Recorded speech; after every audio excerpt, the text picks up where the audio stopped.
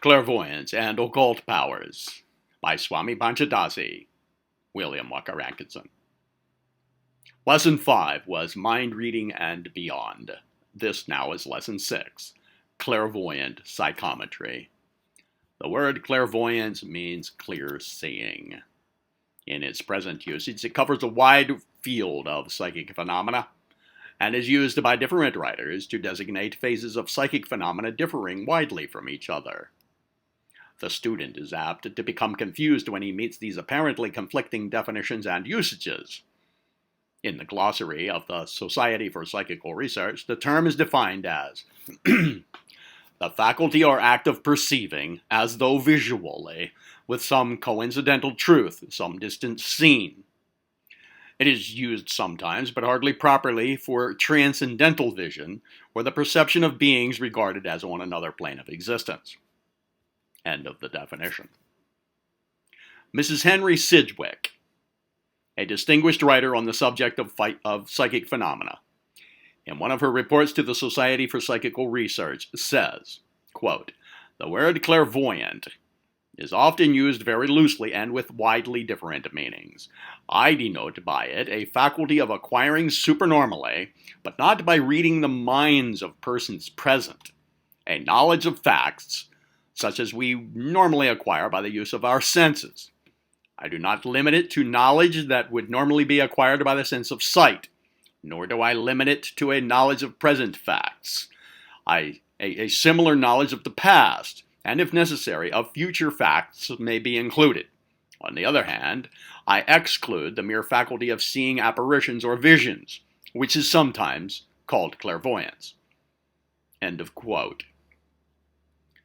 The above definitive explanation, of the term clairvoyance agrees with the idea of the best authorities, and it distinguishes between the phenomena of clairvoyance and that of telepathy, on the one hand, and between the former and that of seeing apparitions, on the other hand. I personally accept this distinction as both scientific in form and as agreeing with the facts of the case. You will, of course, see that the acceptance of the existence of the astral senses throws light on many obscure points about which the psychic researchers are in doubt, and reconciles many apparently opposing facts. All scientific authorities, as well as the best occultists, divide the phenomena of clairvoyance into several well-distinguished classes. The following classification is simple and indicates clearly the principal forms of clairvoyant phenomena. Number 1. Simple clairvoyance. Simple clairvoyance is that in which the clairvoyant person merely senses the auric emanations of other persons, such as the auric vibrations, colors, etc., currents of thought vibrations, etc., but does not see events or scenes removed in space or time from the observer. Number 2. Clairvoyance in space. That is the clairvoyance in which the clairvoyant person senses scenes and events removed in space from the observer, and also often is able to sense such things even when they are concealed or obscured by intervening material objects. Number 3. Clairvoyance in time.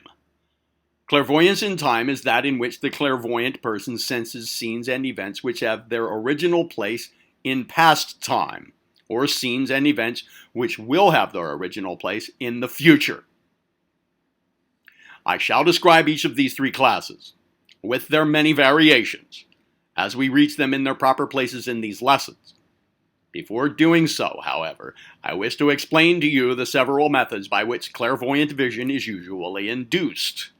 These methods may be designated as follows. Number 1. Psychometry, or the method of getting en rapport with the astral plane by means of some physical object connected with the person, thing, or scene about which you desire to be informed. Number 2. Crystal gazing, etc., or the method of getting en rapport with the astral plane by means of gazing into a crystal, a magic mirror, etc. Number 3. Clairvoyant reverie, or the method of getting en rapport with the astral plane by means of psychic states in which the sights, sounds, and thoughts of the material and physical plane are shut out of consciousness. I shall now proceed to give the details regarding each of the three great classes of methods inducing clairvoyant vision, or en rapport conditions, with the astral plane. First, psychometry. Psychometry is that form of clairvoyant phenomena in which the clairvoyant gets into en rapport relation with the astral plane by means of the connecting link of material objects, such as a bit of stone, a piece of hair, an article of wearing apparel, etc., which has had previous associations with the thing, person, or scene regarding which clairvoyant vision is required. Without going into technical occult explanations, I would say that the virtue of these articles consists entirely of their associative value. That is to say, they carry in them certain vibrations of past experience which serve as a connecting link or associated filament with the thing which is sought to be brought into the field of clairvoyant vision.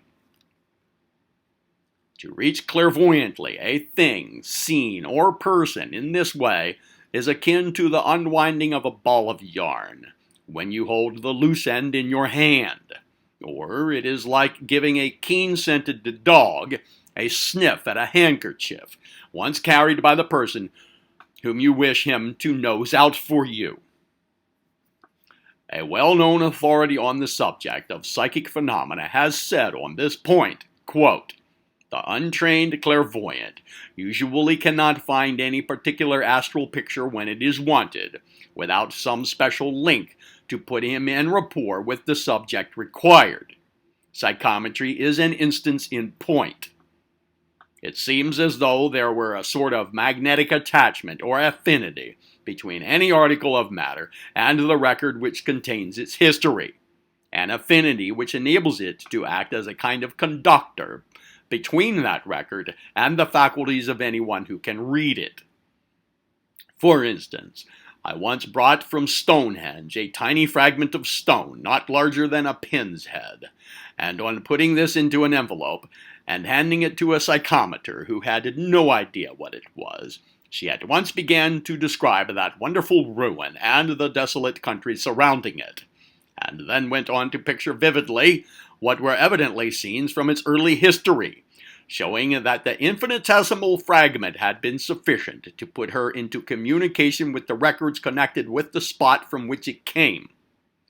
The scenes through which we pass in the course of our life seem to act in the same way upon the cells of our brain as did the history of Stonehenge upon that particle of stone. They establish a connection with those cells by means of which our mind is put en rapport with that particular portion of the records, and so we so-called remember what we have seen." End of quote. One of the simplest and most common forms of psychometry is that in which the psychometrist is able to tell the physical condition of a person by means of holding to the forehead, or even in the hand, some trinket or small article, such as a handkerchief recently worn on the person of the individual regarding whom the information is sought. In the case of some very sensitive psychometrists, the psychic person takes on the condition of the other person whose former article of clothing, trinket, etc. she is holding. She will often actually experience the physical pain and distress of the person, and will be able to indicate from what ailment the person is suffering. Some persons attain great proficiency in this direction, and are a great assistance to wise physicians who avail themselves of their services.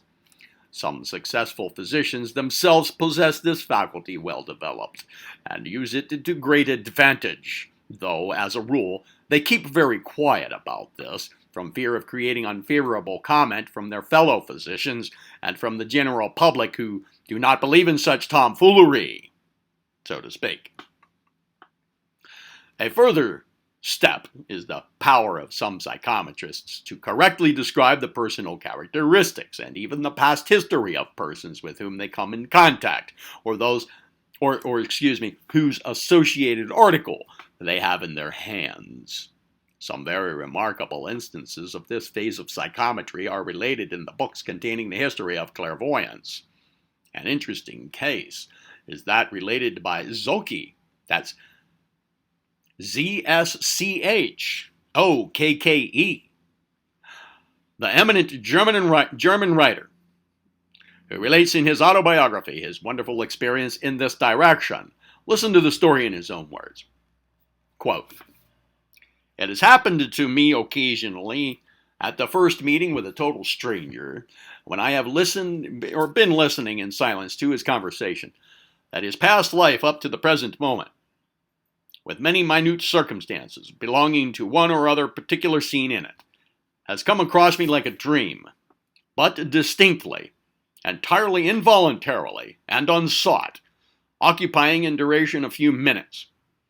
For a long time I was disposed to consider these fleeting visions as a trick of the fancy, the more so as my dream vision displayed to me the dress and movements of the actors, the appearance of the room, the furniture, and other accidents of the scene, till on one occasion, in a gamesome mood, I narrated to my family the secret history of a seamstress who had just quitted the room.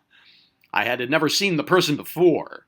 Nevertheless, the hearers were astonished, and laughed, and would not be persuaded that I had a previous acquaintance, but the former life of the person, inasmuch as what I had said was perfectly true.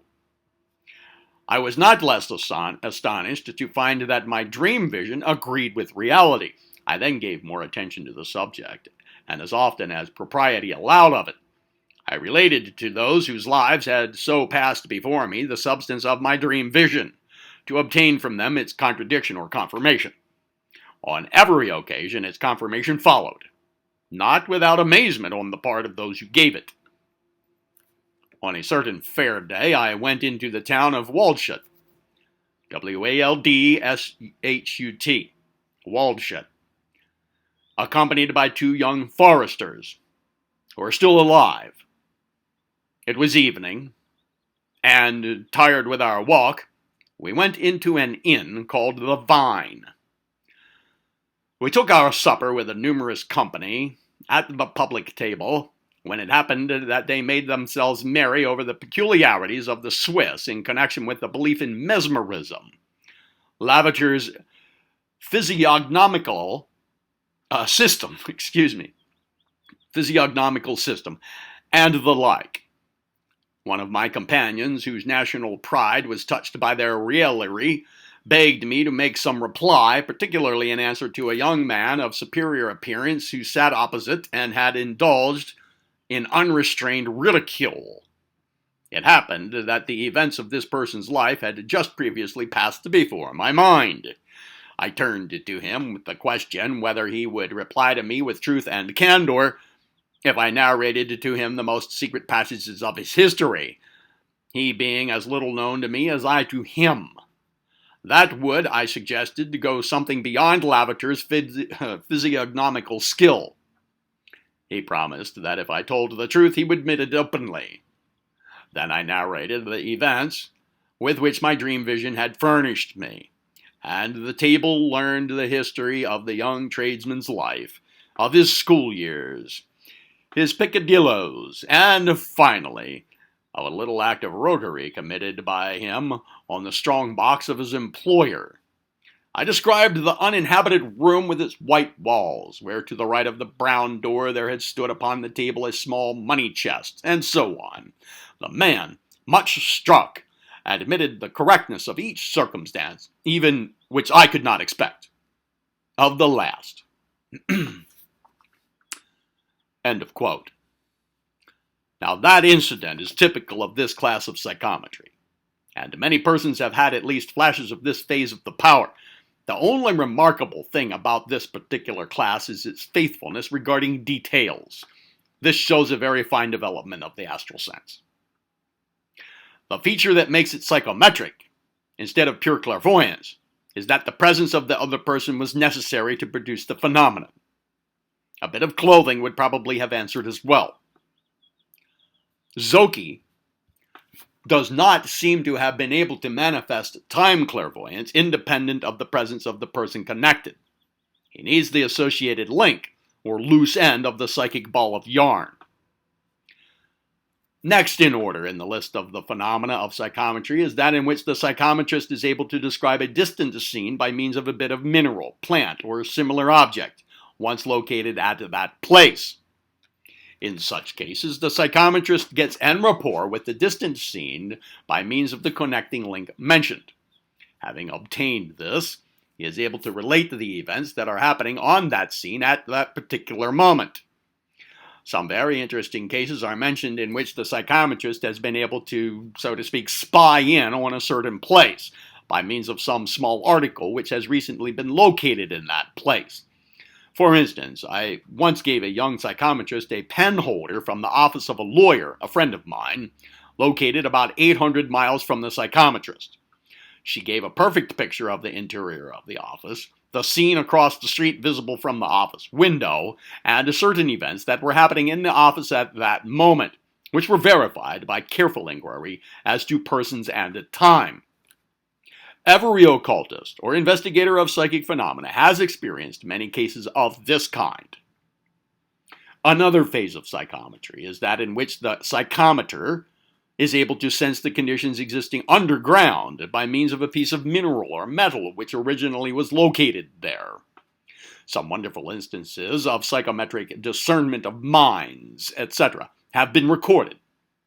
In this case of psychometry, all that is needed is a piece of the coal, mineral, or metal which has come from the mine. Following up this psychic lead, the psychometrist is able to describe the veins or strata of the surrounding land, although they have not been uncovered or discovered. Still another form of psychometric discernment is that in which the psychometrist gets en rapport with the past history of an object or of its surroundings by means of the object itself.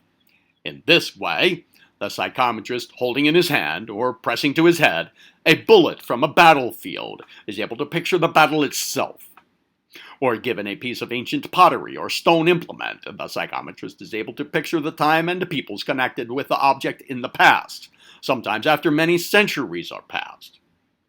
I once handed a good psychometrist a bit of ornament taken from an Egyptian mummy over 3,000 years old. Though the psychometrist did not know what the object was, or from whence it had come, she was able to picture not only the scenes in which the Egyptian had lived, but also the scenes connected with the manufacture of the ornament, some 300 years before that time, for it turned out that the ornament itself was an antique when the Egyptian had acquired it. In another case, I had the psychometrist describe in detail the animal life and the physical phenomena of the age in which a fossil had existed when alive, many thousands of years ago.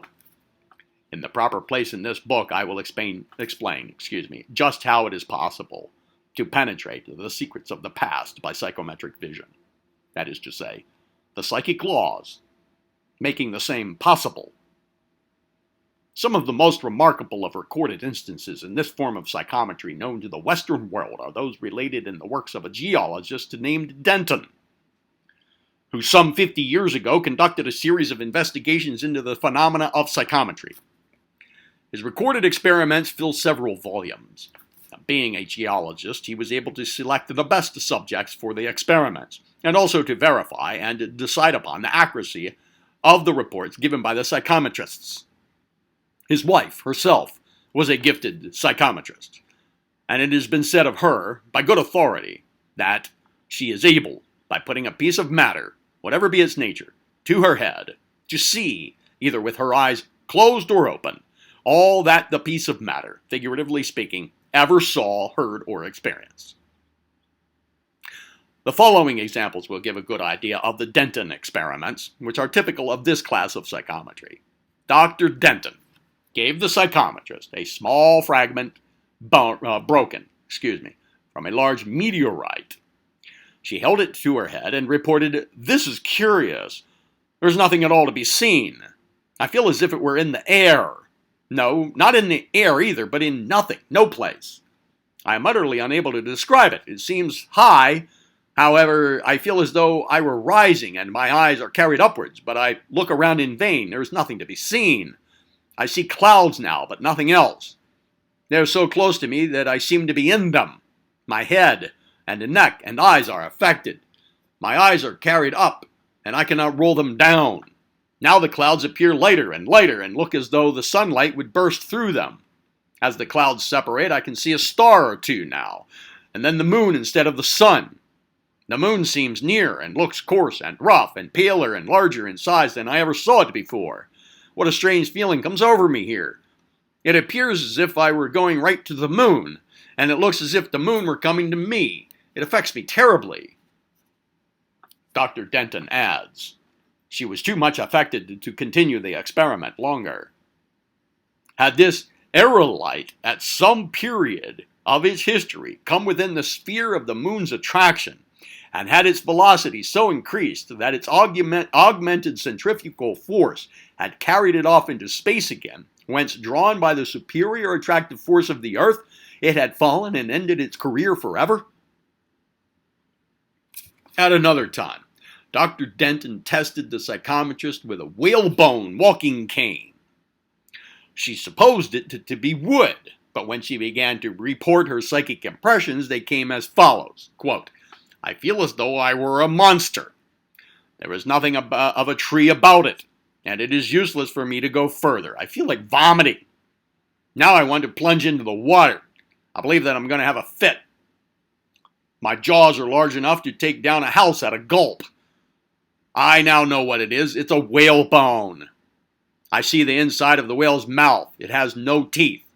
It has a slimy look, but I only get a glimpse of it. Now I see the whole animal. What an awful-looking creature." End of quote. Another time, Dr. Denton gave the psychometrist a minute piece of the enamel of the tooth of a mastodon, which had been found 30 feet below the surface of the earth.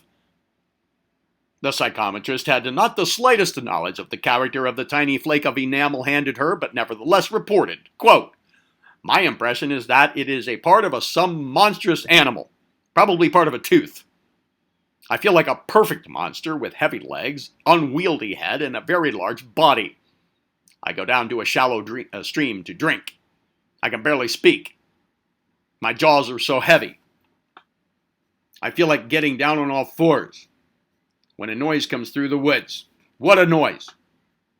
I have an impulse to answer it. My ears are very large and leathery, and I can almost fancy they flap in my face as I move my head. There are some older ones than I. It seems so out of keeping to be talking with these heavy jaws.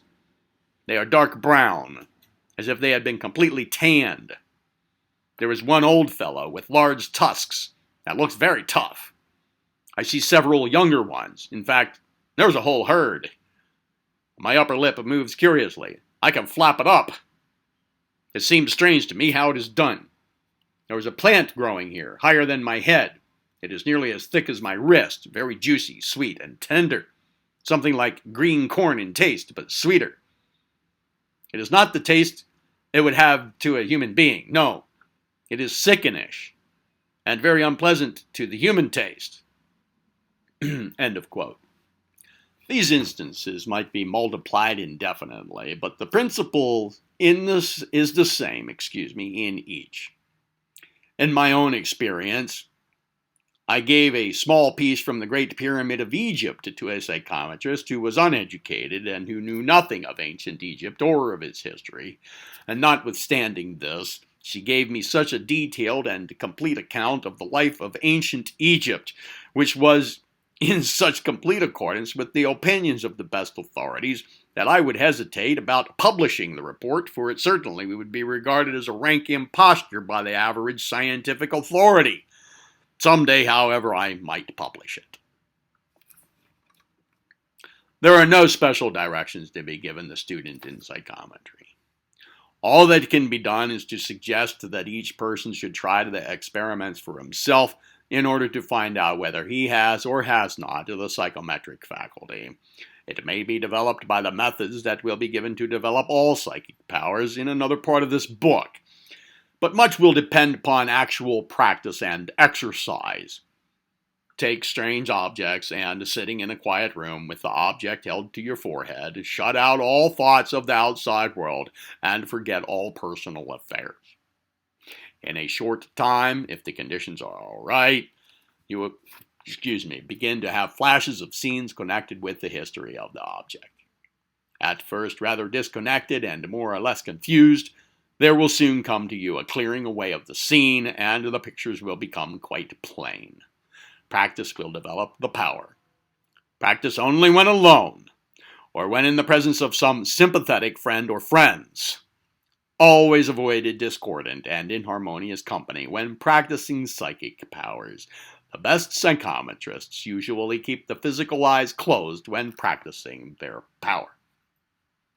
You have doubtless heard the sensing of sealed letters spoken of as clairvoyance. But this is merely one form of psychometry. The letter is a very good connecting medium in psychometric experiments.